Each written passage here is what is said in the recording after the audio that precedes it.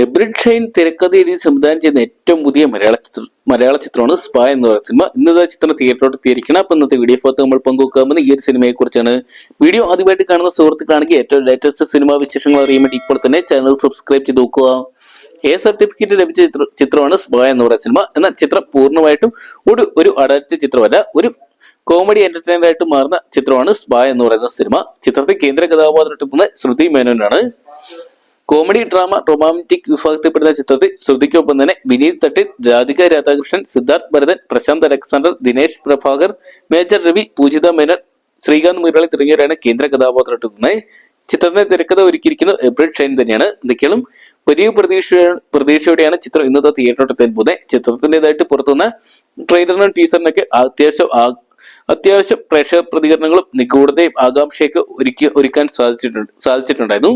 ചിത്രത്തിന്റെ പ്രിവ്യൂ ഒക്കെ കഴിഞ്ഞപ്പോൾ തന്നെ മികച്ച റെസ്പോൺസുകൾ നേടിയെടുക്കാൻ സാധിച്ചിട്ടുണ്ടായിരുന്നു.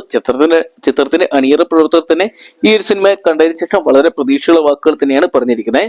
എന്തെങ്കിലും മലയാള സിനിമാ പ്രേമികൾക്ക് സുപരിചിതമല്ലാത്ത പുതിയൊരു പ്രമേയം കഥ പറയുമ്പോൾ പ്രേക്ഷകർ ഈ ഒരു സിനിമ ഇരുകൈ നീട്ടി സ്വീകരിക്കുമെന്ന് തന്നെ നമുക്ക് പ്രതീക്ഷിക്കാം. കാത്തിരിക്കാം ഈ ഒരു വർഷത്തെ വിജയ ചിത്രമായിട്ട് മാറുക സ്പാ എന്നറിയാൻ വേണ്ടി. അപ്പൊ നിങ്ങൾ എത്ര വരെയാണ് ഇന്നത്തെ ദിവസം സ്പാ എന്ന് പറയുന്ന മലയാള ചിത്രം തിയേറ്ററിൽ നിന്നായിട്ട് കാണാൻ വേണ്ടി കാത്തിരിക്കുന്നത് കമന്റ് ബോക്സിൽ പങ്കുവെക്കുക. വീഡിയോ ഇഷ്ടപ്പെട്ടെങ്കിൽ ലൈക്ക് ചെയ്യാനും ഷെയർ ചെയ്യാനും ചാനൽ സബ്സ്ക്രൈബ് ചെയ്യാനും മറക്കണ്ട.